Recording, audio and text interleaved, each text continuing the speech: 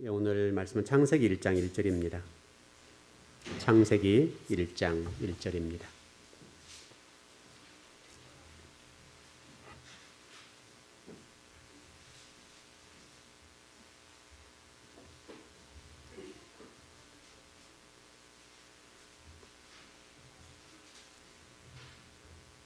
네, 찾을 필요살이 없죠.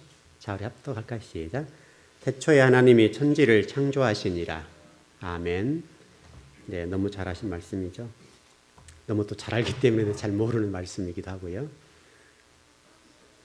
일단 좀 우리 창세기 지금 이제 들어가려고 그러는데 오늘은 아마 거기까지 깊이는 못 들어가고요.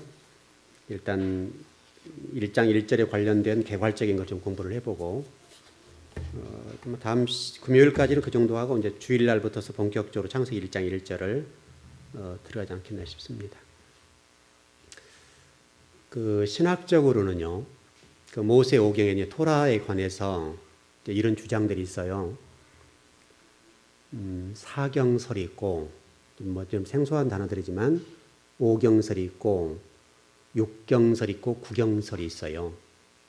이제 무슨 얘기냐면 그 토라를 4권으로 해서 한 권으로 보는 학자가 있고 5권으로 해서 한 권으로 보는 어떤 그런 학자가 있고 또는 6권으로 해서 토라를 한 권으로 보는 분이 있고 어떤 분들은 9권을 가지고 그 뒤까지 포함해서 9권이 토라다 이렇게 보는 경우가 있어요. 이제 왜 그런가 하면 그 성경에 나와 있는 창세기, 출애굽기, 레위기, 민수기, 신명기 여기에 조금 그런 뉘앙스가 있어서 그래요. 창세기를 끝나고 나서 출애굽기가 출발하면 그리고라고 들어간다고요. 그리고 첫 단어가 창세기를 딱 끝내고 나면 그리고 이해되시죠? 그리고에 들어가고 그 다음에 출애굽이 끝나고 나서 창출 레위기 들어갈 때 레위기 앞에가 그리고 그 다음에 민수기 앞에도 그리고가 들어가요. 근데 놀라운 사실은 신명기 앞에는 그리고가 없어요. 그래서 신학적인 혼돈이 온 것 같아요. 그래서 많은 학자들이 이것 때문에 사경설, 오경설, 육경설, 구경설 그렇게 되는데 그러다 보니 이제 신학이 복잡해지는 거예요. 그래서 거기에 따라서 신학자들이 나는 이렇게 본다 해서 하니까 신학이 어려워요. 그래서 복잡해지고 그 때문에 이제 상당히 이제 신학자들과 우리 신학교 목회자들이 좀 고민이 많은 거죠. 어떤 학자를 따라할 것이냐. 이런 문제인데 어려워요. 예를 하나 좀 드려볼까요? 그 오바다서가 있죠. 오바다서. 구약 끝부분에 있는 선지서의 마지막 거의 부분에 가져 있는데 이 그 기록된 연대를 주전이죠. 비신이가 주전이죠. 850년으로 보는 학자가 있고 여기에 관련되어서도 550년으로 보는 학자가 있어요. 똑같은 책인데 그러니까 구약이라고 하는 것이 어렵단 말이죠. 그래서 오바다서를 보는데도 학자의 견해에 따라서 300년이 왔다 갔다 해버려요.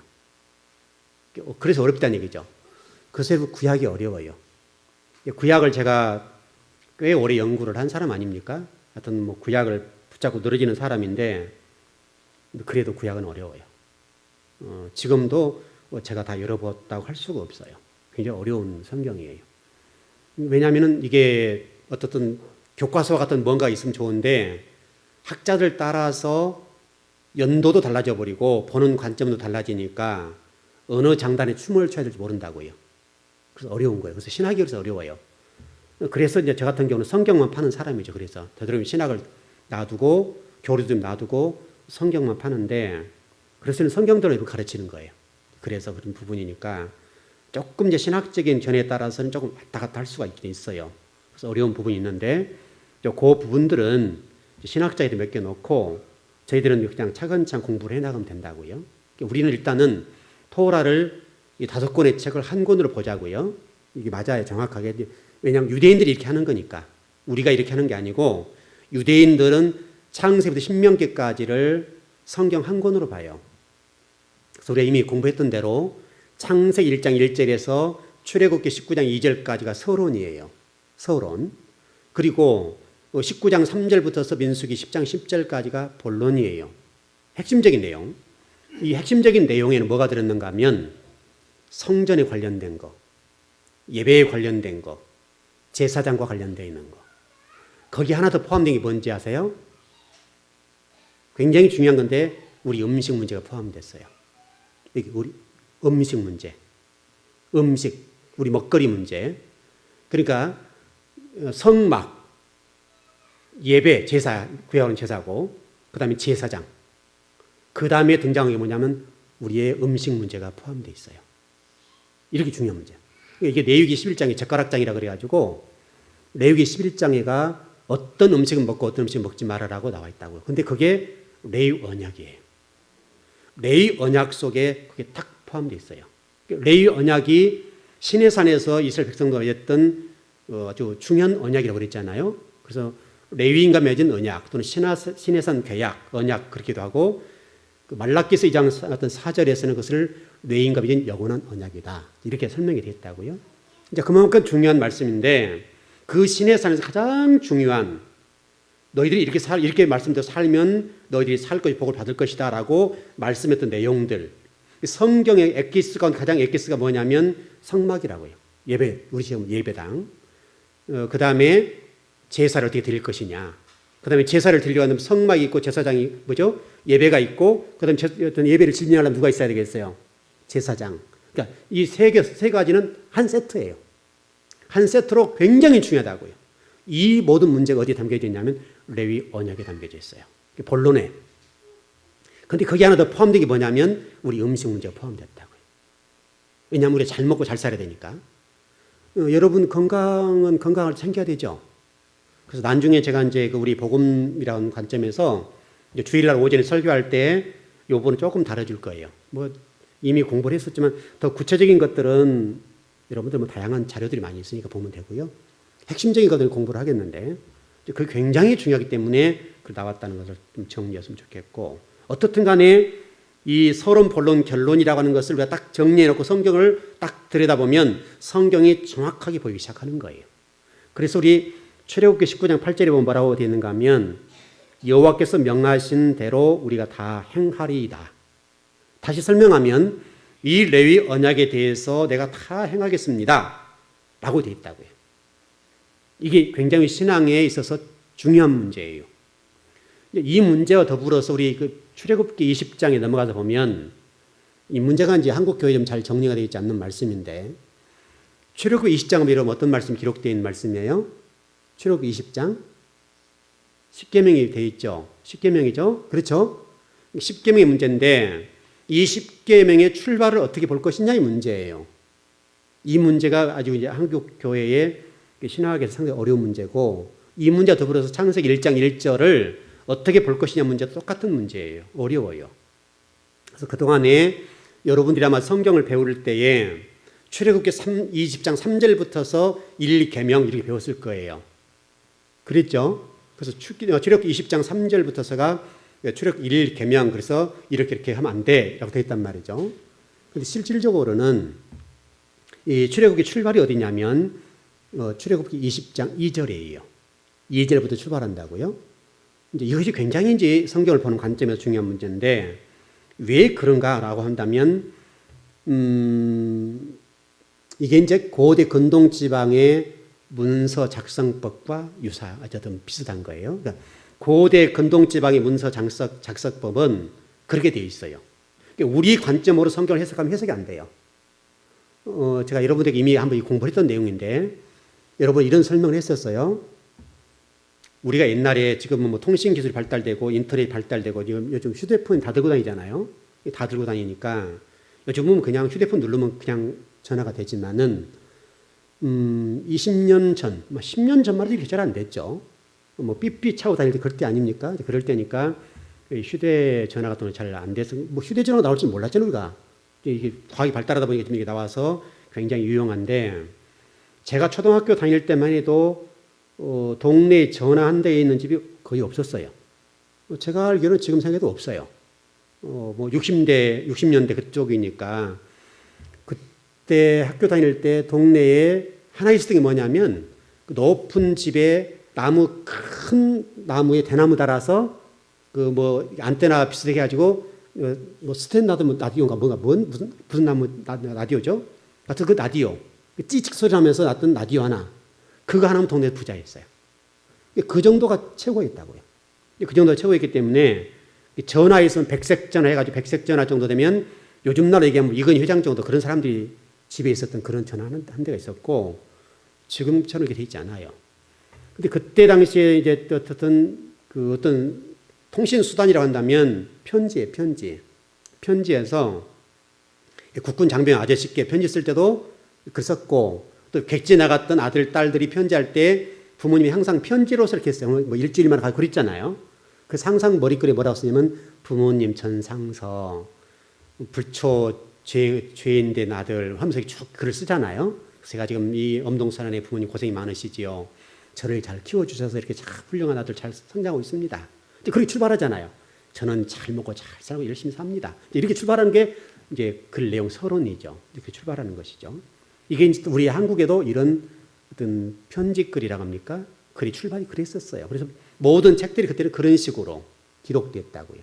마찬가지로 고대 근동 지방의 팔레스타인 지역 안에도 성경을 기록할 때 벌써 수천 년 전 얘기니까 성경을 기록할 때도 기록을 어떻게 했는가 하면 그 창세기 1장 1절과 같이 기록했고 출애굽기 20장 2절처럼 기록을 했어요.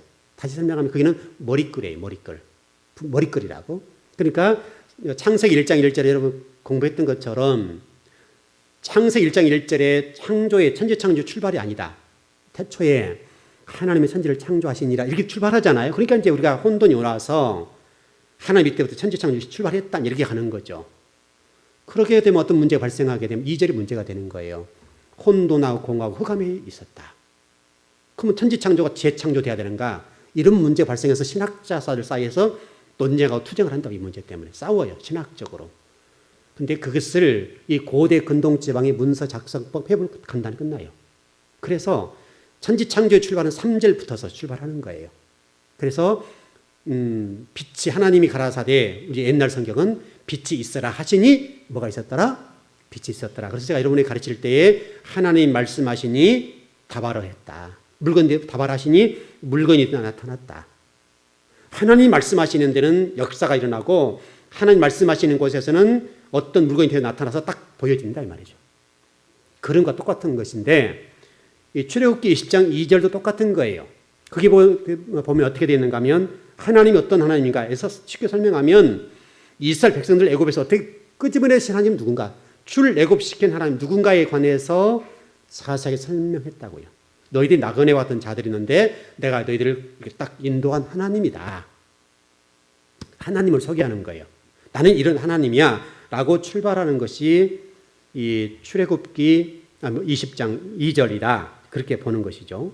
그리고 이 십계명이라고 이런 말씀하셨는데 실질적으로 십계명이라고 하니까 우리가 좀 어려워지기 시작해요. 한국교회가. 그래서 우리는 율법이란 말이 익숙하잖아요. 한국교회 성도들은 율법이란 말이 익숙해서 율법 하게 되니까 그 구속적이고 법적인 용어처럼 들리니까 좀 어려워지는 거예요.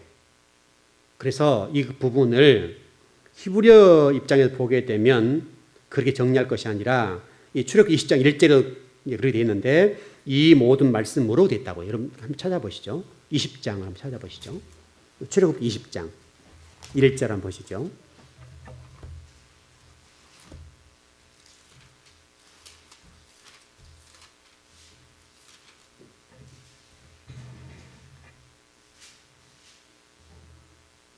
네, 출애굽기 20장 1절을 한번 보십시오. 예, 같이 한번 읽어볼까요? 시작. 하나님이 이 모든 말씀으로 말씀하여 이러시되 여기에 분명히 이 모든 말씀으로 돼 있죠. 이 모든 말씀이란 말은 무슨 말인가 하면 10마디 말씀 이렇게 돼 있다고요. 히브리 원어는 10마디 말씀들. 그러니까 복수지요. 10마디 말씀들. 이 모든 말씀으로. 이 말씀이 신명기에 나와 있을 거예요. 4장 보시죠. 4장 13절. 신명기.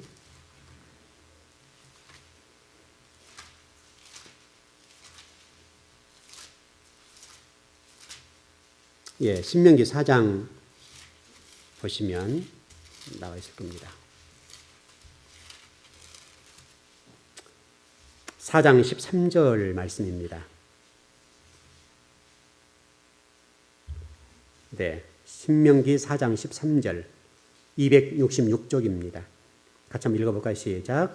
여호와께서 그의 언약을 너에게 반포하시고 너에게 지키라 명령하셨으니 곧 십계명이며 두 돌판에 친히 쓰신 것이라. 이제 십계명으로 되어 있죠. 그 아까 우리 출애굽기 20장 1절에 나와 있는 그 말씀, 이 말씀이에요. 히브리어가 다 똑같은 말이니까. 그러니까 여기 지금 신명기 4장 13절에 나와 있는 십계명이라는 말씀과 출애굽기 20장 1절에 나와 있는 이 모든 말씀이란 말이 히브리어에서는 다르지 않고 똑같아요. 똑같은 단어란 말이죠. 그러니까 우리가 성경을 번역할 때 번역하는 사람들이 이 말을 똑같이 번역해서 우리가 이게 혼돈이 안 오는데, 번역한 사람들이 예를 들면 이렇게 하는 거죠. 신명기는 당신이 번역하시오. 그리고 또 출애굽기는 당신이 번역하시오. 이렇게 하다 보니까 관점이 달라버린 거예요. 이해되셨나요? 그러니까 한 사람이 창세기 차근차근 출발해서 번역을 했더라면 똑같은 말이 나올 건데, 출애굽기를 번역한 사람이 다르고 신명기를 번역한 사람이 다르니까 똑같은 히브리어도 번역상 다르다고요. 틀린 말이 아니라 똑같은 말인데, 원래 히브리어에서는 똑같은 단어임에도 불구하고 번역하는 사람에 따라서 어떻게 번역했느냐, 이 문제예요. 이 문제는. 그러니까 히브리어가 잘못된 게 아니라 이 말이죠. 번역한 사람의 관점이 그렇게 번역한 거예요. 말할 때 우리가 서울 말이 다르고 어디 시골 말 다른 것처럼 똑같이 한다면, 똑같은 내용이지만 말을 다르게 하는 것처럼 똑같죠. 그러니까 예수 우리 저쪽 밑에 지방 거시기 하면 뭐 좀 통하잖아요. 근데 우리는 잘 못 알아듣지만 그 사람들 알아듣는다는 말이죠. 다 알아듣는 것처럼. 거시기 했는데 그 사람들 웃고 그래요. 근데 뭔 말이지? 우리는 몰라요. 똑같다 이 말이죠. 그러니까 똑같은 단어인데 이 번역상에 우리나라 사람들 사이에, 학자들 사이에 번역할 때에 십계명으로 번역하는 사람이 있고 어떤 사람은 모든 말씀들 이렇게 번역하는 사람이 있었다 이 말이죠. 그러니까 이 말은 전혀 엉뚱한 말이 아니라 똑같은 단어, 똑같은 말인데 번역상에 조금 오류다. 그래서 틀렸단 말은 아니에요. 틀리진 않았지만 번역사 좀 명확하지 않다 이 말이죠. 그래서 이 말씀이 그렇게 되는 건데, 원칙적으로 얘기하면 그것은 10마디 말씀들, 이 말이 맞다고요. 자, 이해되셨죠? 자, 잘 따라오고 계시죠? 자, 그러니까 창세기 1장 1절이 천재 창조의 출발이 아니고, 그 다음에 출애굽기 20장 2절부터서가 이 십계명의 출발이다. 일단 이해하셔야 돼요. 그렇게 되는 게 굉장히 중요해요. 그래야 우리가 성경을 좀 이해하는데 도움이 되고, 그래서 정확하게 성경이 딱 뚫리게 되는 거예요. 근데 창세기 1장 1절부터서 천재 창조를 출발하게 되니까 성경이 뚫리질 않아요. 그래서 학자에 따라서 이런 견해, 저런 견해가 나오게 되는데, 원래 히브리어를 딱 보고 공부하게 되면 간단하다고, 간단, 명료, 똑 떨어진다 이 말이죠. 물론 그 내용 안에는 여러 가지 복잡한 것이 있지만은 간단하다. 그래서 우리나라 헌법이 이렇게 돼 있죠. 대한민국은 민주공화국이다. 그렇게 돼 있죠. 그 말과 똑같은 말이에요, 이게. 대한민국은 민주공화국이다. 그 말이 우리나라 헌법에 딱 첫 번째 기록된 말이에요. 이게 머리말이에요, 머리말. 그 나머지 여러 가지 나왔다. 거기 안에 이제 어떤 말이 나왔는가 하면, 헌법, 육법 전서라고 그러죠. 헌법, 그 다음 민법, 형법, 상법, 형사소송법, 민사소송법 6가지. 이게 우리 성경에 기록된 나머지 말씀들이에요.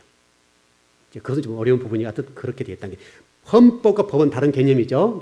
헌법이고 그 헌법을 내용적으로 설명하는 헌법과 민법, 형법, 상법, 형사소송법, 민사소송법, 이런 것들이 담겨져 있다. 이렇게 정리하면 될 것 같습니다. 그렇게 좀 정리가 되어 있고, 이제 그런데 문제는 하나님이 말씀하신 이 성경 말씀에 관해서 우리 다 순종할 수 있냐 이 말이죠. 순종할 수 없어요. 순종할 수 없고 어렵습니다. 어렵고, 다만 여러분이 할 수 있다면 그때 주신 말씀만 순종하면 돼요. 예를 들어서 제가 어떤 좀 책을 봤는데, 우리 건강에 대해서 이런 말을 했더라고요. 그 약자 가운데도 2가지 약자가 있더라고요.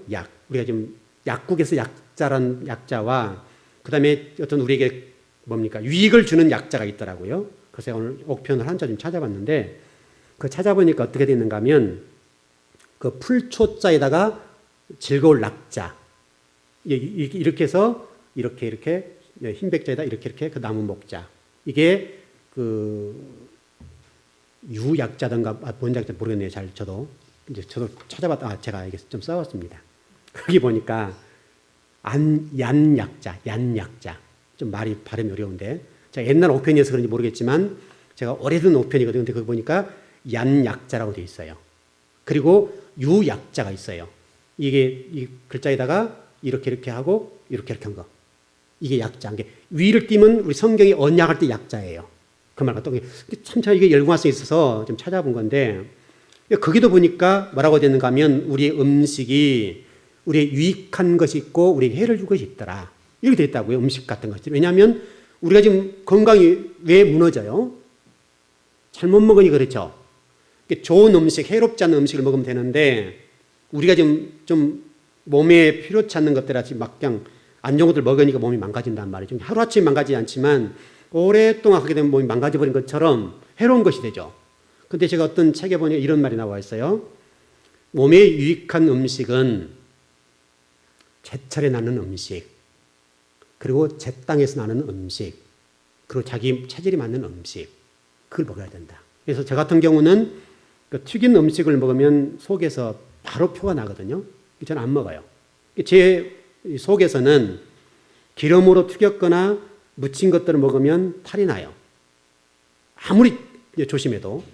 그래서 저는 되도록이면 뭐 한 개 정도는 어떻게 이제 예의상 먹을 수 있지만 되도록이면 제 몸을 위해서 제가 안 먹어요. 맛은 있잖아요. 맛은 있지만 기름으로 튀긴 것들은 먹질 않아요. 저는 이제 체질이 그 좀 이게 채소 쪽에 그쪽에 가까운 사람이기 때문에 그쪽에 많이 신경을 써서 먹어요. 그래서 아침에도 제가 꼭 그렇게 먹는데 아침 먹을 때 꼭 제가 항상 건강을 생각하고 먹어요. 이게 저 몸을 보호하는 거예요. 제 몸을 보호하지 않으면 제가 공부할 수가 없고 하루 동안 공부를 할 수가 없으니까 왜냐하면 하루 종일 책상에 앉아 있잖아요. 기본적으로 아침 먹고 보통 11시 반까지 앉아 있으니까 안 앉아서도 14시간 이상 앉아 있단 말이에요. 하루 종일. 지금은 그렇고 한 3년, 4년 전만 해도 한 17시간, 18시간 앉아 있었어요. 몸이 못 버티죠. 그러니까 제가 좋은 음식 제가 가려서 먹고 그렇게 하는 게 지금까지 버텨온 거예요. 지금도 항상 그래요. 제가 어떤 음식을 먹을 때는 제 몸에 유익을 주는 음식을 늘 먹어요. 항상 조심해요. 밥도 항상 덜어내고 딱 제가 양이 이게 위는 좀 예민한 편이에요. 예민해서 그만 들어와 할 때가 있어요. 딱 먹어보면 그러면 제가 한 숟갈도 남겨요. 한 숟갈 남기면 집사람은 그 누가 먹냐고 이제 그래서 핀잔을 주긴 한데 그래도 안 먹어요. 먹고 나면 제가 거북하고 버티기 힘들어요. 그거 신경 쓰게 되면 공부를 못 하잖아요. 집중이 떨어지니까. 그래서 조심한다고요. 그러니까 어쨌든 제게 유익한 음식을 먹어두니까 지금까지 몸이 건강하고 또 제가 작년부터 이렇게 몸을 뺐잖아요. 한 10kg를, 한 9kg 뺐죠. 9kg 빼니까 그래도 이게 몸이 좀 버텨지고 만약에 뭐 76kg, 75kg 나가면 보기는 좋을지 몰라도 제 몸이 망가진다고요. 계속 망가질 거 아니에요? 그러니까 유익하도록 하기 위해서 제가 몸무게를 작년에 확 줄였어요. 그러니까 독하게 뺀 거죠. 독하게 빼서 이제 성도를 처음에는 목사님 얼굴이 보기가 좀 흉합니다. 막 이제 그랬었어 처음에. 그랬는데 이제는 별로 괜찮잖아요. 또 뭐 그 얼굴인가 보다 이제 하니까 뭐 또 보는 게 괜찮은데 그런 거 똑같아요. 여러분들도 말씀을 먹을 때에 창세기부터 요한계시록에서 한 번에 다 못 먹어요. 소화를 못 해요. 그러니까 제철에 주신 것만 드시면 된다고요. 다시 설명하면 그때 주신 메시지로 살면 돼요. 왜? 하나님이 저에게 메시지를 전하고 말씀을 전할 때는 우리 교회 전체 영적인 분위기가 있어요. 성도의 영적 상태가 제가 다 체크를 하고 말씀을 전하기 때문에 그때 교회의 영적인 상황, 성도들의 영적인 상황에 맞게 말씀을 전해준다고요. 그냥 전하지 않고 창세기 1장 1절 해서 하더라도 여러분의 영적 상태에 맞게 해석을 해주지 원론적인 것은 똑같지만 적용적인 측면은 다르다 이 말이죠. 그런 부분이 있으니까 그때 여러분 주신 메시지로 살면 되는 거예요. 이해되셨죠? 그러면 틀림없어요. 그러니까 여러분이 창세기 요한계시록까지 다 못 지킵니다. 괜찮아요. 그때 주신 것. 다시 설명하면 아까 제가 약자를 썼는데 그 약자 가운데도 제철에 나지 않는 음식은 잘 안 먹으면 괜찮아요. 안 먹으면 좋아요. 예를 들어서 겨울에 수박을 먹는다. 그럼 좋은 거예요? 나쁜 거예요? 그건 좋지 않아요. 아무리 귀하다 할지라도 수박은 여름에 먹는 거예요. 겨울에 수박을 먹으면 몸을 차갑게 해줘요. 집사님 맞아요? 고개를 끄덕거리고 좀 그렇게 미심쩍게. 제가 어떤 책에서 봤었어요. 어떤 책에 보니까 수박은 몸을 차갑게 해준다. 땀을 이렇게 삭혀주고 그런 부분이 있다고 그래서 겨울에 먹으면 안 된다는 것이죠. 겨울에는 몸이 따뜻해야 되잖아요. 겨울에 그러면 따뜻한 음식을 먹어줘야 되는데 차가운 음식을 먹게 되면 여러분 수박은 땀을 흘리거나 더운 장소에 왔을 때 수박을 먹잖아요. 그러니까 수박이 우리 몸에 있는 이 더운 부분들을 내려주는 역할을 하는 거거든요. 그리고 배뇨 효과를 갖다 잘해주고 하니까 좋은 거란 말이죠. 근데 그걸 겨울에 먹으면 어떻게 되겠어요? 그렇지 않으면 추운 데다가 또 찬 걸 먹으니까 몸이 안 좋아지는 거죠. 그러니까 그래서 아무리 수박이 좋다 할지라도 그 시절에 뭡니까? 여름에 난 그때, 여름 때 먹어줘야 하는 건 똑같다고요. 근데 그 여름에는 좋은 것이지만 겨울에는 안 좋은 음식인 것처럼 지금 여러분의 영적 상태에서는 지금 필요한 말씀이 있다 이 말이죠. 그 지금 필요한 말씀들을 먹으면 그 말씀을 살면 되는 거예요. 그러니까 하나님 그걸 아시고 우리에게 은혜의 길이라고 하는 것을 열어주신 거예요. 은혜의 길. 왜냐하면 말씀 못 사니까. 그래서 은혜의 길을 열어주다 보니까 뭐가 있어야 되겠어요? 은혜의 장소가 필요하죠. 은혜를 담아둘 이 공간이 필요한데 그게 뭐냐면 성막이에요. 장막. 구약으로 얘기하면 성막이고 지금 시대로 얘기하면 교회예요. 그래서 여러분 교회에 예배당 열심히 나온 분들은 병 들어요, 안 들어요? 영적으로 병 절대로 안 들어요. 근데 교회 한 번 빠지고 두 번 빠지고 세 번 빠지면 병들기 시작하는 거예요. 그래서 우리 쉽게 설명하면 주일날 한 번 나오는 분하고 오후 예배드리고 수요일, 금요일 새벽기도 나온 분들은 영적으로 병이 안 들어요. 예민해져요. 이게 굉장히 안테나가 예민해져서 하나님과 세밀한 대화를 주고받을 수 있게 된다 이 말이죠. 근데 만일에 기도 생활하지 아니하고 수요일, 금요일 오늘 여러분 지금 수요일 오셨는데 그래서 주일에 한 번 딱 예배드리고 하나님 영적 상태를 내가 괜찮습니다. 이런 정도는 안 된다고요. 겨우 내 몸을 유지할 정도밖에 안 되는 일주일 살 수 있는 분량밖에 안 돼요. 그러니까 내 몸이 딱 바닥날 정도가 안 된다 이 말이죠. 그러니까 일주일 와서 주일날 말씀 먹고 가면 이 충전해 가는 거 똑같아요. 여러분 그 휴대폰에 충전해서 사용하다 방전되어서 없는 상태 그 정도가 상태가 되면 주일날 올 때예요. 그 정도 되는 거예요. 근데 여러분 만일 그것이 수요일 와서 말씀을 먹고 금요일 말씀 먹고 새벽 기도 아니 와서 말씀 먹고 기도한다. 그러면 이런 방전 되겠어요? 안 되겠어요? 넘쳐나죠? 그러니까 잔이 채워지는 거예요. 잔이 채워진다는 것이 중요한 거예요. 여러분 제가 그런 말씀 드렸잖아요. 제가 공부를 할 때 지금 이제 성경을 읽는 기간부터 출발하게 되면 20년이 넘게 성경만 팠어요. 성경만 파니까 이제 성경이 좀 보인다 그러잖아요. 지금 이제 이렇게 공부를 그동안에 아주 죽을 힘을 다해서 이거 달려온 건데 20년 이상을 성경에 대해서 파고 읽고 연구하고 그런 시간들을 가지게 되니까 성경이 열리게 되는 거예요. 그래서 조금만 이제 어떤 단 하나만 봐도 성경 창세기 요한계시가 쫙 열린다 이 말이죠. 그렇게 되기는 어려운 거예요. 쉬운 일이 아니고 이게 굉장히 어려운 일인데 그만큼 제 몸을 쳐서 진리에 복종시키고 이 일 연구하는 일을 하니까 잔이 채워진 거죠. 그 진리 말씀이 열리게 된다 이 말이죠. 그러니까 어떤 공부를 해도 계속 더 할 일이 많아지고 지금도 공부를 하니까 공부할 일이 너무너무 많은 거예요. 읽을 책도 많고 지금 연구할 책도 너무 많은데 감당을 다 못하는 거예요. 안 하면 할 게 없죠. 똑같다고요. 그러니까 여러분들이 이게 지금 수요일날 나와서 예배를 드리게 되신 분들은 일단 영적으로 이렇게 충만해지는 거예요. 그래서 중요해요. 그래서 여러분 수요일날 나오고 금요일날 나오고 특별히 공부하는 것도 더 중요하잖아요. 예배 달랑 드리고 가서 여러분 설교 듣는 거 공부하는 건 다른 얘기죠. 설교는요 전체적인 성도를 대상으로 설교하기 때문에 한 사람 한 사람 다 못한다 이 말이죠. 신앙의 높이가 다 다른데 어떤 좀 신앙의 높이가 있는 분들을 맞춰서 못한다 이 말이죠. 물론 우리 교회는 좀 다른 부분이지만은 저는 우리 교회 성도들에게 설교할 때 많이는 못 나갔지만 그래서 한 번에 딱 끝내도 될 내용들을 성도들이 어려워하는 부분이 있으니까 그것을 끊어서 할 때가 있긴 있지만은 그러나 우리 교회 성도의 수준 있는 성도에 맞춰서 설교를 해요. 이제 보편적인 교회는 중간에 맞춰서 해요. 근데 저는 우리 교회를 사명자를 키우는 교회라 생각하기 때문에 일단 위에 있는 성도를 끌어버리는 거예요. 위에 있는 성도를 끌고 가서 그 성도라면 밑에 있는 성도를 가르치도록 해요. 우리 지금 교회 그렇게 체제가 돼 있잖아요. 그러니까 우리 교회는 지금 우리 적어도 금요일, 수요일 새벽 예배 정도 나오는 수준이 있는 성도의 신앙의 레벨이 있는 분들을 대상으로 설교를 해줘요. 주일날도 그 내용이 좀 이렇게 짧을 뿐이에요. 왜냐하면 주일날 양식을 너무 먹어버리면 밑에 있는 분들이 못 먹으니까 체하니까 그것을 잘 조절하는 것뿐이에요. 조절해서 하는 것이지 주일날 하는 것도 실질적으로는 우리 교회에 상당히 좀 이렇게 위에 있는 성도를 대상으로 말씀을 전하기 때문에 위에 있는 성도들도 말씀드릴 때 어렵다고 해요.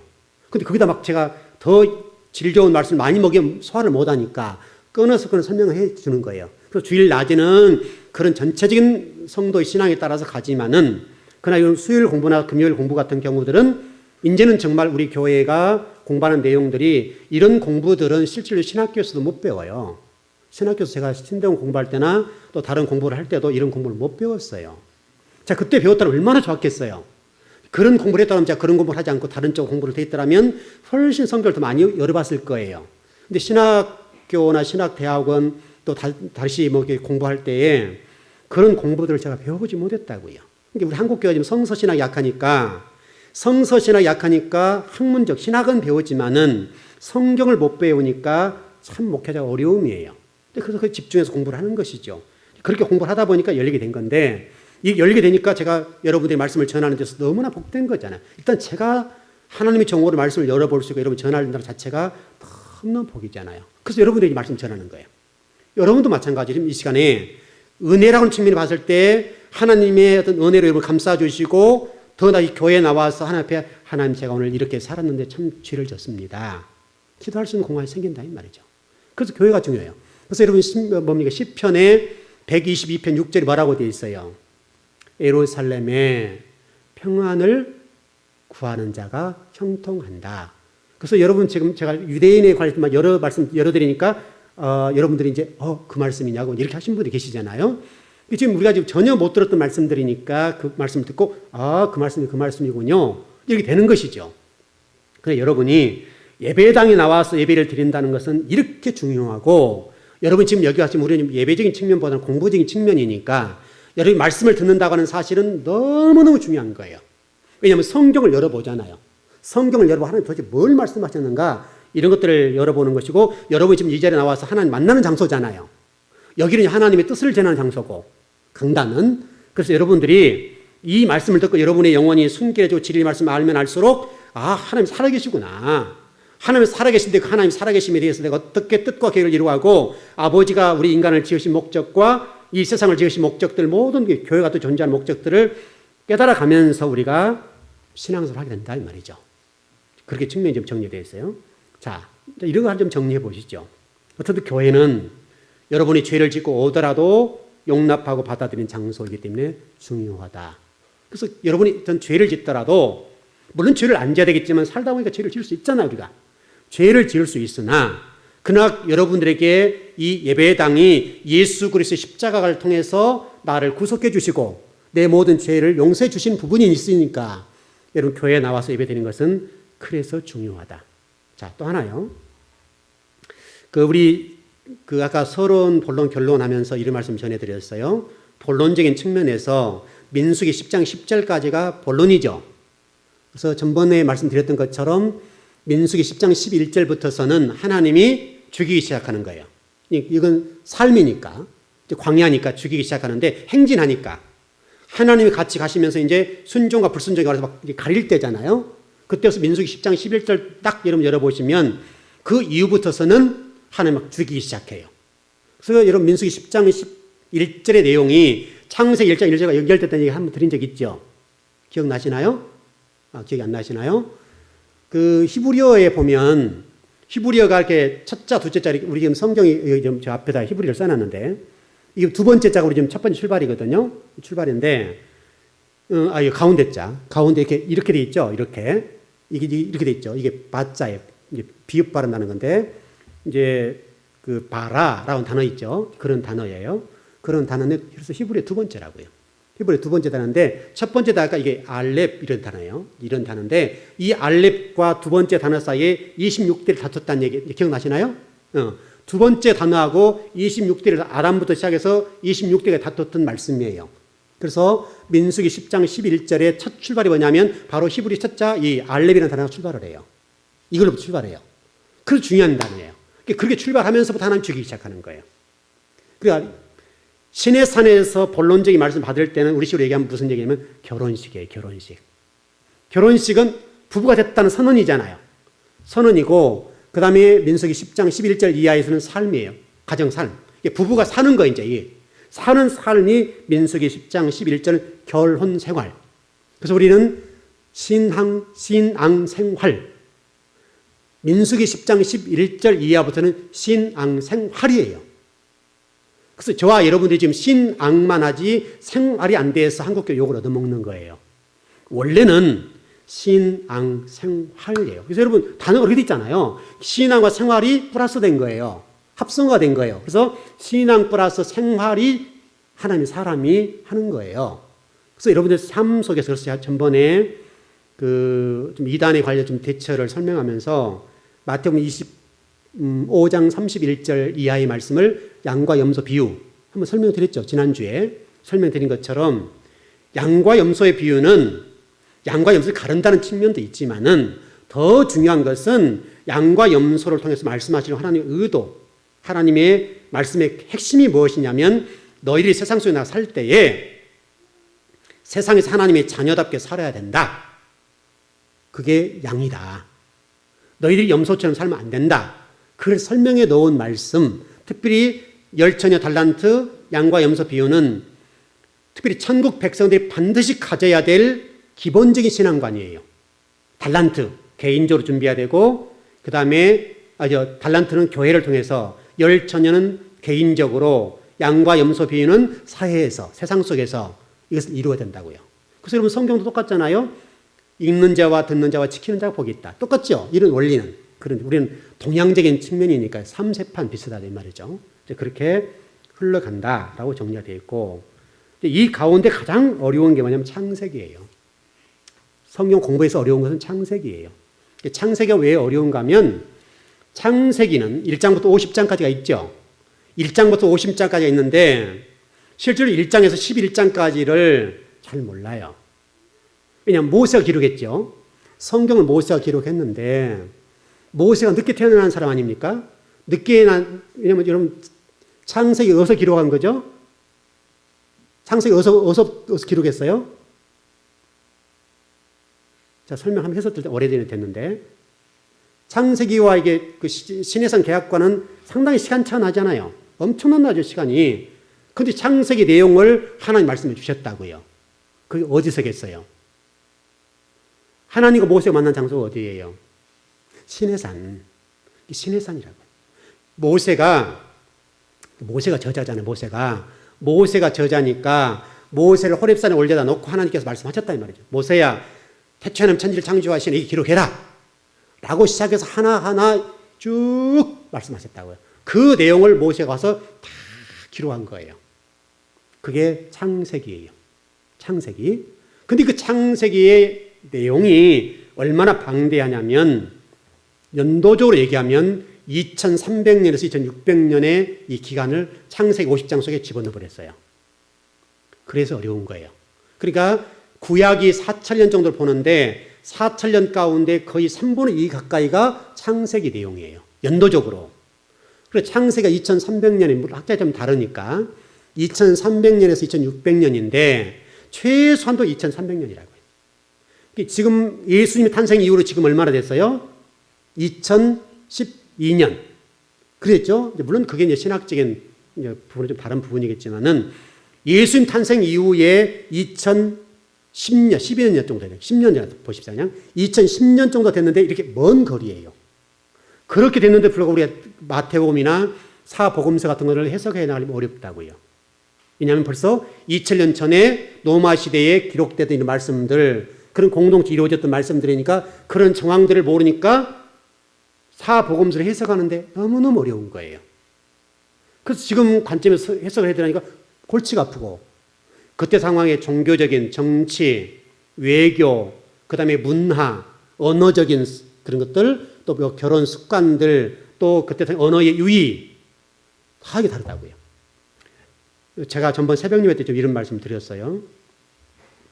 그 무화과 나무 비유를 하실 때 여름이 되거든 너희들이 나를 이렇게 해야 되고 그런 말씀 한번 드린 적 있죠. 그러니까 예수님 마지막 관련된 말씀을 하시면서 소계시록적인 부분인데 말씀하시면서 무화과 나무 때가 되거든 내가 올 때 가까운 줄 알아. 이런 말씀이 있다 이 말이죠. 그럼 우리 입장에 봤을 때는 전혀 해석이 안 되는 거예요. 여름에 무슨 뜨거운데 주님 오신다고 그랬어 라고 이해를 하겠지만은 유대인의 관점에 보게 되면 해석이 된다 이 말이죠. 왜냐하면 우리는 이제 연도가 1월 달부터 출발하죠. 그래서 겨울부터 출발해서 다시 겨울로 끝나지 않습니까? 끝나는데 유대인은 그러지 않아요. 유대인의 계절은 출발이 가을부터 출발을 해요. 가을부터 출발해서 마지막 달이 언제예요? 마지막 달이 우리 지금 사계절이 있으니까 가을에 출발하니까 언제 끝나 있어요? 그렇지. 이게 겨울, 여름이 끝나죠. 가을, 겨울, 봄, 여름 이게 되셨죠? 그러니까 가을에 출발하니까 겨울이 오고 겨울이 온다는 얘기는 제가 그 11월 달에 성지순례를 갔는데 거기는 추워요. 우리가 비슷해요. 비슷하니까 우리처럼 춥지는 않지만은 그래도 날씨가 쌀쌀하다고요. 우리는 이게 온돌 문화인데 거기는 이런 대리석 문화니까 어려워요. 힘들어요. 우리 적응하기가. 그래서 가을부터 출발하니까 가을, 겨울, 봄, 여름 하면 끝이죠. 이해되셨나요? 끝이라는 것. 주님이 오실 날로 계산해서 끝이란 말은 우리는 겨울이어야 끝이라고 이해를 하는데 유대인들은 여름 되어야 끝이라고 이해를 한다 이 말이죠. 왜? 가을부터 출발하니까. 이것은 예수님께서 언어적인 유의를 쓰신 거예요. 그때 당시 언어의 유의를 통해서 말씀하신 거라 이 말이죠. 그 여름이란 말은 우리처럼 뭐 햇빛이 쨍쨍 쬐고 이런 개념을 말씀하신 것이 아니라 내가 올날이 가까웠다. 그렇게 말씀을 이야기했단 말이에요. 그것을 언어적인 유의라고 그래요. 그런 내용들이 성경에 기록됐으니까 예수님이 언어적인 유의를 이해 못하거나 유대인의 같은 풍속과 관습들이나 이런 것들을 언어적인 어떤 습관들을 모르면 해석이 안 되는 거예요. 왜냐하면 2000년 전 얘기니까. 예를 들면 여러분 지금 10년 전에만 해도 나왔던 언어가 10년에 살았던 사람들이 지금 천국 가면 휴대폰 알까요? 모를까요? 잘 모를 것 같죠? 10년 전에 휴대폰 나왔나요? 나왔었어요? 그 정도면 또 알아보겠네요. 그러면 이제 요즘으로 시작하면 휴대폰도 지금 뭐예요? 좀 스마트폰. 그걸 못 알아듣죠? 10년 전에 하늘나라 간 사람은 스마트폰 모른다고요. 도대체 그게 뭐야? 이렇게 할 거다 이 말이죠. 벌써 10년만 다 그래요. 10년만. 한 50년 전에 돌아가신 분들은 텔레비전 알까요? 아나요? 그때는 금성 TV 이렇게 문 닫은 거 이렇게. 기억나시죠? 금성으로 이렇게 문 닫아서 쫙 닫았다 열었다는 거. 그 정도로. 근데 그것도 동네에서 뭐 한두 집 있을 정도. 70년 전에 태어난 사람은 텔레비전 몰라요. 모르겠죠? 서울에 좀 부자들은 있을지 모르겠는데, 보편적인 사람들은 텔레비전은 60년, 70년 되면 넘어가도 몰라요. 컴퓨터는요, 한 40년에 있었나요? 컴퓨터가 유행한 지가 지금 얼마나 됐죠? 한 20년 됐나요? 20년? 많이 돼, 한 30년. 그렇죠? 근데 40년 전에 돌아가시면 억울할 거예요. 천국 가서, 집사님 제가 컴퓨터 좀 이렇게 구경 왔습니다. 컴퓨터가 뭡니까? 이렇게 될 거란 말이죠. 웰빙이라는 단어가 20년 전에 알 수 있나요? 몰라요. 벌써 지금 한 20년 되기만 해도 웰빙이라는 단어를 몰라요. 근데 벌써 2000년 전의 언어의 유의에 따라서 그걸 연구한다는 말은 그렇게 어려운 거예요. 그래 그 내용으로 들어가서 성경을 연구하려니까 그렇게 시간이 많이 걸립니다. 하나를 연구해서 내릴 때에 여러분이 전할 때는 간단하지만 그것이 정상적으로 딱 바르게 해석되고 이해될 때까지는 엄청난 시간을 투자해야 된다고요. 제 입장에서는. 여러분들은 듣는 입장이 얼마나 편하고 좋아요. 근데 에서 웰빙이라는 단어를 몰라서 이해 못하고 그런 것처럼. 근데 이게 지금 2000년 전에 어떤 언어적인 습관도 4000년 전에 6000년 전에 성경 창세기를 들어서 보려고 한다는 얼마나 어렵겠어요. 쉬운 일이 아니라 이 말이죠. 어려워요. 굉장히 어려운데 그러나 분명히 알아야 될 것은 그때 당시에 돌아가야 성경을 알 수 있어요. 특별히 창세기 같은 경우는 우리가 지금 그 얘기를 하는데 창세기 내용만 해도 2300에서 2600년의 내용을 딱 함축적으로 정리해 놓은 것들이고 지금 시대적으로 보게 되면 엄청나게 흘러가잖아요. 모세가 성경 기록할 때는 봐도 최소한도 4500년 이상, 3500년 이상 그 정도 흘러가야 된단 말이죠. 그 정도 들어가서 봐야 되니까 얼마나 어려워. 근데 하나님이 모세에게 성경을 기록할 때 모세야 이렇게 기록해? 모르지만 알고 이렇게 기록했단 말이죠. 모세가. 왜냐면 그걸 어떻게 알겠어요? 특별히 창세기 1장 1절에서 11장까지를 원역사라고 그러잖아요. 물론 좀 다른 개념이 있습니다만은 어떤 원역사라고 해서 뭐 구석기, 선석기, 신석기, 뭐 선사기 이렇게 나와버리잖아요. 이게 복잡하다고요. 그런 내용들은 상당히 어려운 내용들인데 그 내용들을 다 안다고 하는 것은 그렇게 어려운 거예요. 그러니까 여러분 성경이 안다고 하는 것은요 그렇게 쉽지 않고 또 성경을 여러분이 듣는 입장에 편할지 모르지만은 저같이 성경을 공부하는 사람들은 정말 힘들어요. 이게요. 힘든 정도가 아니에요. 또 잘못하면 우리나라 사람들은 이게 참 누명 씌운 거 잘하잖아요. 자기가 모르면 모른다고 하면 되는데 모르기 때문에 다른 사람은 틀렸다고 얘기를 해버리잖아요. 한국교가 그래서 참 발전이 안 돼. 신학적인 것이. 성경이 좀 발전돼야 되겠는데 안 된다고요. 안 돼. 잘못된 것은 잘못됐다 할 수 있지만 틀린 것은 틀리다 할 수 있겠지만은 성경을 먼저 열어본 사람들을 정죄하면 안 돼요. 이해되시죠? 근데 우리나라 문화는 그런 게 좀 잘 안 돼서 조금만 앞서가면 이상한 놈 이렇게 된단 말이죠. 딱 낙인이 찍히니까 굉장히 어려워요. 그래서 여러분 지금 성경 지금 창세기 1장이 천지창조 출발 아닙니다. 이 말도 쉬운 말 아니라니까요, 여러분들. 여러분 혹시라도 어떤 신학 책을 읽어볼 수 있는 기회들이 있으시면 창세기 개론적인 부분 한번 읽어보세요. 또 제 서재도 많이 있으니까 갖다 읽어보실 분 읽어보시는데 창세기 1장 1절에 관련 개론적인 부분을 정리해보면 그게 안 나와 있단 말이죠. 어려워요. 그래서 어떻든 그러나 여러분들은 그렇게 하는 것이 맞다. 제가 공부를 해보니까 맞고 틀리지 않는다. 그렇게 좀 정리를 하면 될 것 같고 자 지금까지 대략적인 정리를 해봅시다. 천지창조의 출발은 창세기 1장 1절부터가 아니다. 그 다음에 일단 무엇을 좀 정리하자면 창세기 1장 1절은 성경 전체를 통해서 하나님 누구신가? 그걸 설명하는 말씀이다. 나는 이런 사람이야. 제목을 얘기하는 것이다. 이해되셨죠? 그리고 천지창조의 출발은 창세기 1장 3절부터다. 이제 해석은 또 좀 난중할 거고 이제 그렇게 정리를 하면 될 것 같습니다. 자, 그러면 창세기 1장 1절에서 50장까지 어떤 내용들이 기록되었는가? 그것만 좀 정리를 일단 해보십시다. 창세기 1장에서 11장까지는 우리 보통 원역사라고 그래요. 원역사는 문제는 없습니다. 문제는 없는데 이것은 결론적으로 좀 짧게 정리하면 이렇게 되어 있습니다. 이스라엘 민족의 조상이 누군가? 그것을 알리는 내용입니다. 이스라엘 민족의 조상이 누구냐? 왜냐하면 여러분 예수님께서도 말씀하실 때 이런 말씀이 있고 뭐 어떤 모세를 기록할 때 이런 말씀이 있죠. 이렇게 되어 있죠. 모세의 태어남과 갑자기 출애굽이 되는 사건. 이해되시나요? 그러니까 모세가 어떻게 자라났다, 어떻게 뭘 먹고 자라났다, 빵은 뭘 좋아한다, 음식 뭘 좋아한다 이런 말은 없다 이 말이죠. 없고 갑자기 모세가 태어나서 고생했다. 그럴 때 애굽의 모든 바로가 다 죽이려겠다. 그런 얘기 딱 등장하다가 산파들 얘기 나오고는 갑자기 출애굽 얘기가 나온다 이 말이죠. 그러니까 필요 없는 내용들 축약해버렸다고. 축약.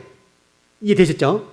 축약이라는 말은 무슨 말이냐면 필요 없는 말, 우리가 성경을 이해하는 구속사에 필요 없는 것들, 하나님 나라를 세우는 데 있어서는 크게 문제가 되지 않는 것들은 기록하지 않았다 이 말이죠.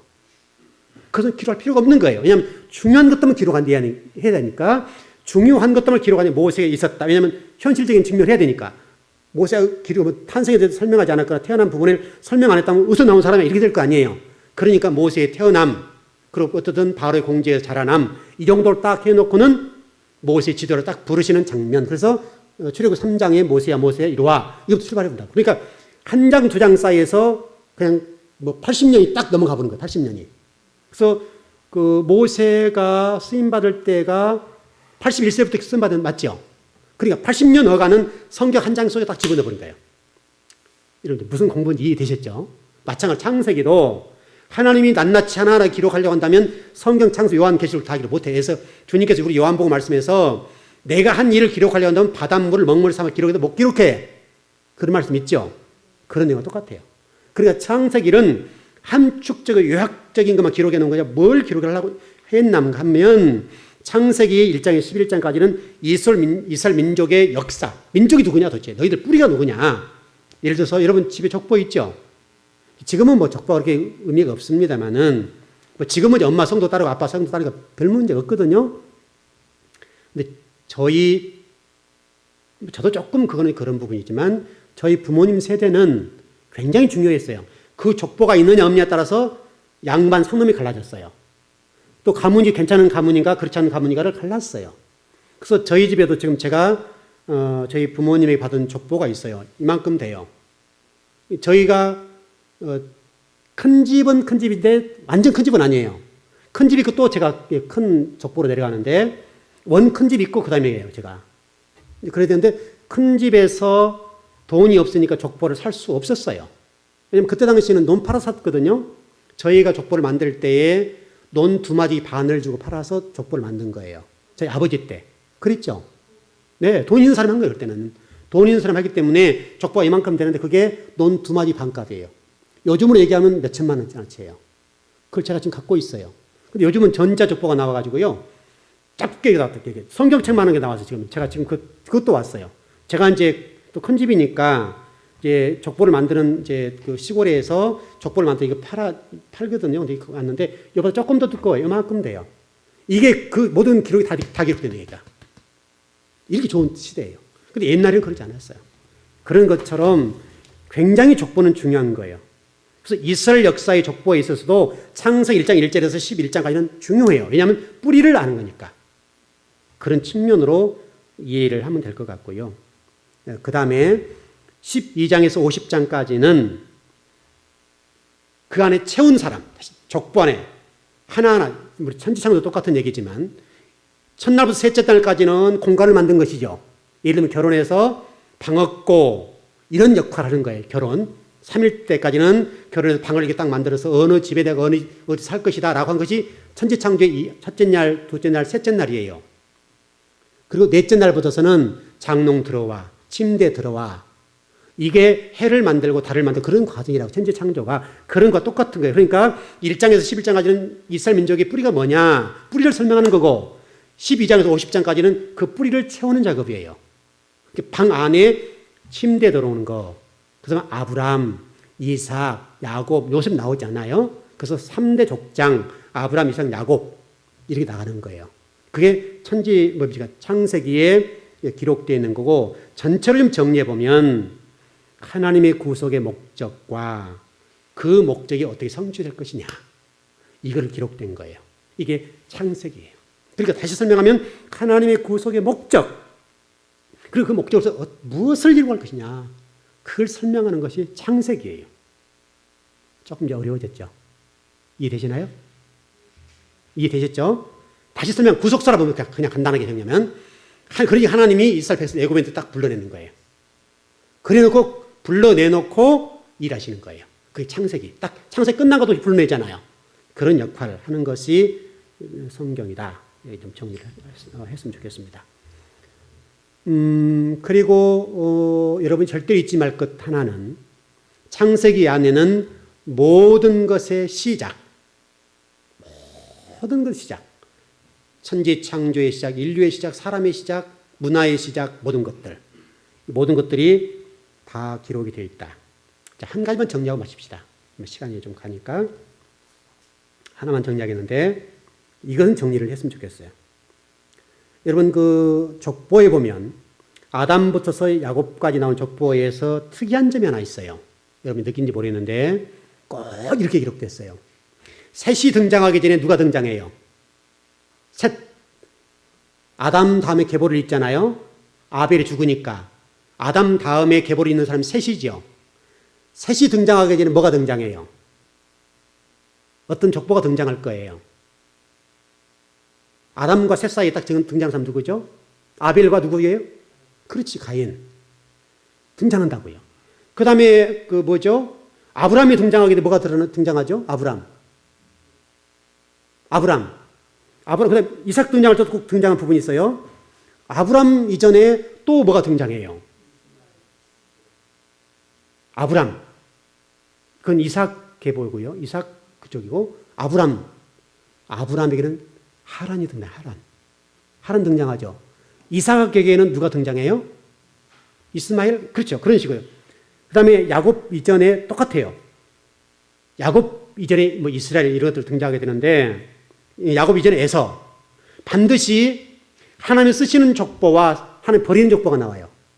근데 버리는 족보가 먼저 나온다고요. 이해되셨나요? 이게 창세기를 보는 데서 중요한 논의예요. 그 창세기는 꼭 여러분 그런 구도를 가지고 가요. 먼저 버리는 족보, 그 다음에 쓰시는 족보. 이게 꼭 등장해요. 그러니까 여러분들이 이해하는 버리는 족보는 왜 버리게 되는가 이걸 이해하면 될 것이고 쓰시는 족보는 왜 쓰시는가 그거를 보면 돼요.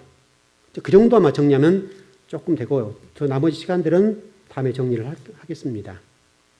분명한 사실은 버리는 족보들이 문화와 또 정복과 또 기타 우리 인간적인 것들 이뤄가는 부분이 있는데 하나님이 그것은 안 쳐다보신다. 안 쳐다보시고 아브람, 이삭, 야곱, 요셉을 통해서 하시는 이 일들에 관심을 두신다는 것. 그러니까 여러분 니무롯 하게 되면 문화의 창달, 창시자 이렇게 되지 않습니까? 연장을 만들고 전쟁 무기를 만들고 이렇게 되잖아요. 그 다음에 경제적인 측면 이런 것들을 보는데 근데 하나님은 그를 안 쳐다보신다고. 그건 나중에 좀 더 구체적으로 좀 설명을 드리겠습니다. 혹시 좀 이해가 안 되시는 부분이 있으시면 좀 설명을 더 드리겠습니다.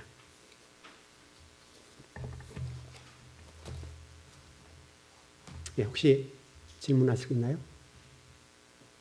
다 이해되셨나요? 네, 그러세요. 그럼 감사하죠. 네. 아마 이번 금요일까지 하면 다음 이번 주부터서는 창세기 1장 1절을 나갈 것 같습니다. 이제 어쨌든 좀 진도를 나가야 할 것 같아요. 그래서 그동안 공부한 부분도 있을 것이고 공부하지 못한 부분도 있을 텐데 여러분 공부했던 부분들은 다시 복습하는 차원에서 기억을 되살려내면 될 것 같고 공부를 못한 부분은 다시 받아들이면 되고 그럼 되겠죠. 그럼 조금 더 우리가 성경을 풍성하게 보지 않겠나 싶습니다. 자, 우리 기도하겠습니다.